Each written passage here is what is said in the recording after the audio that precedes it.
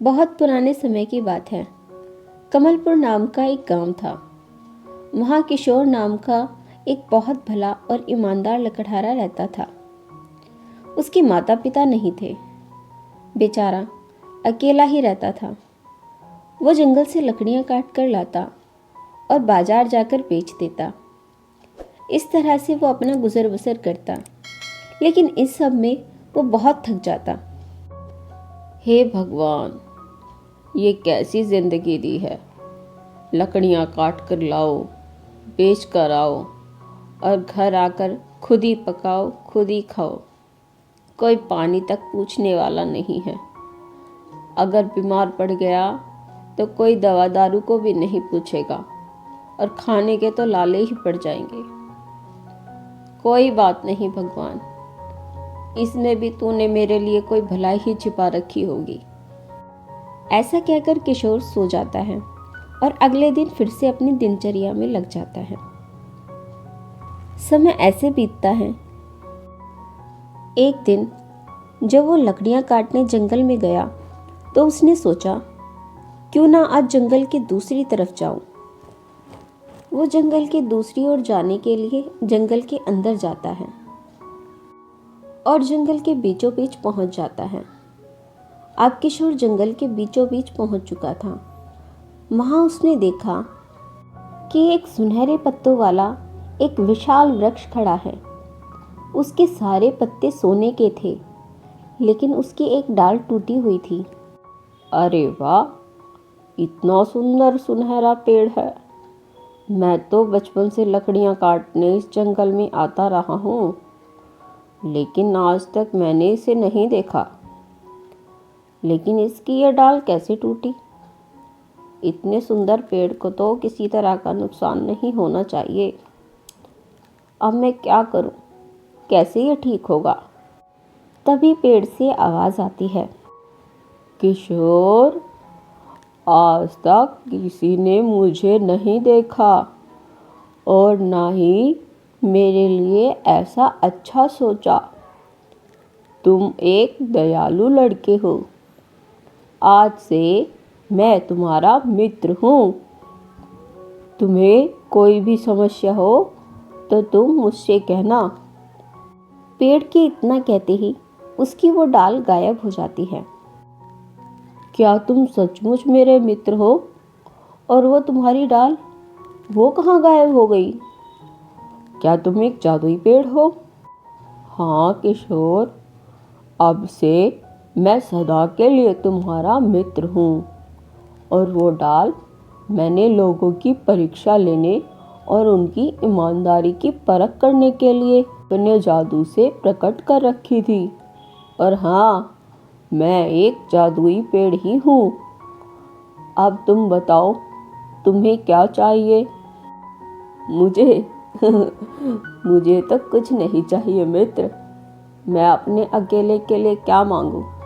मेरे परिवार में तो कोई भी नहीं है जिसके लिए मांगूं। अकेले बनाता हूँ, अकेले खाता हूँ। ओह, तो ऐसा है। अच्छा सुनो, अब जब मैं तुम्हारा मित्र हूँ तो तुम्हारी मदद करना मेरा फर्ज है।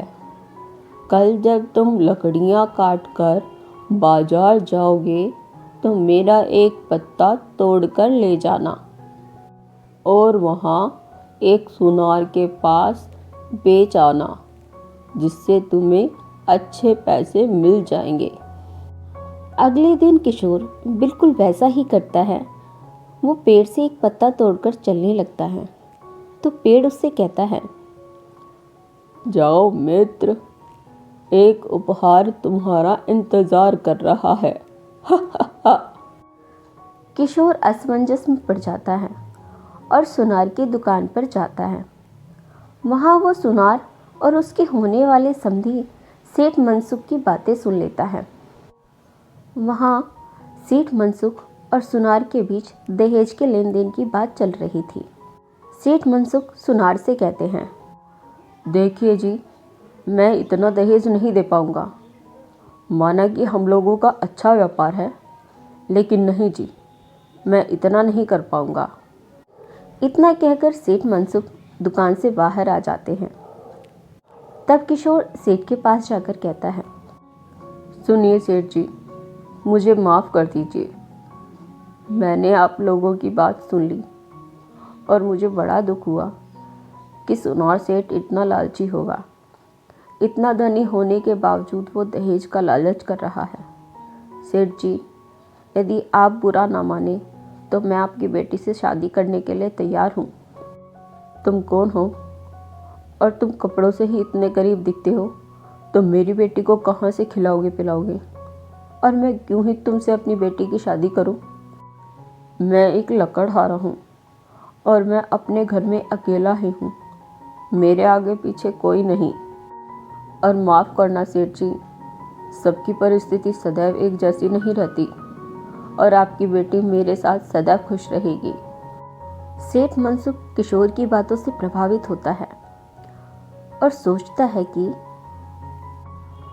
ये कह तो सही रहा है, कभी मैं भी दरिद्र हुआ करता था, मेरी भी परिस्थिति बदली और आज मैं गहनों का बड़ा व्यापारी हूँ।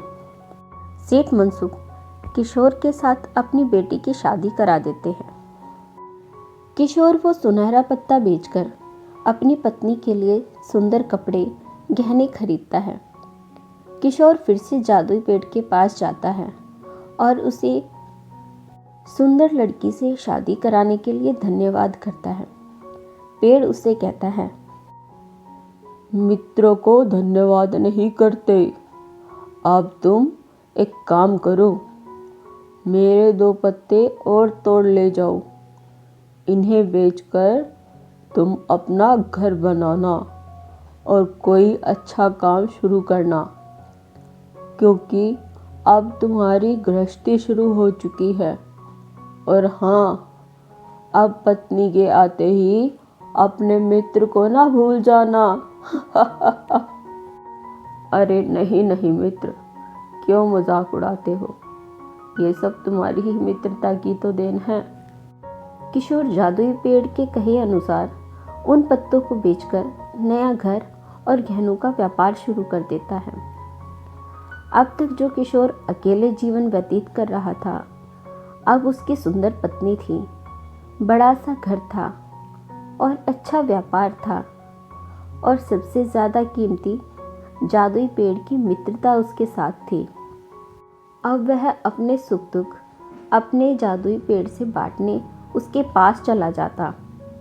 उसने अपने पिछले जीवन के दुखों, अकेलेपन और गरीबी को कभी नहीं भुलाया था। इसलिए वो जादुई पेड़ की मदद से और अपनी कमाई के कुछ हिस्से से गरीबों, अनाथों की मदद करता।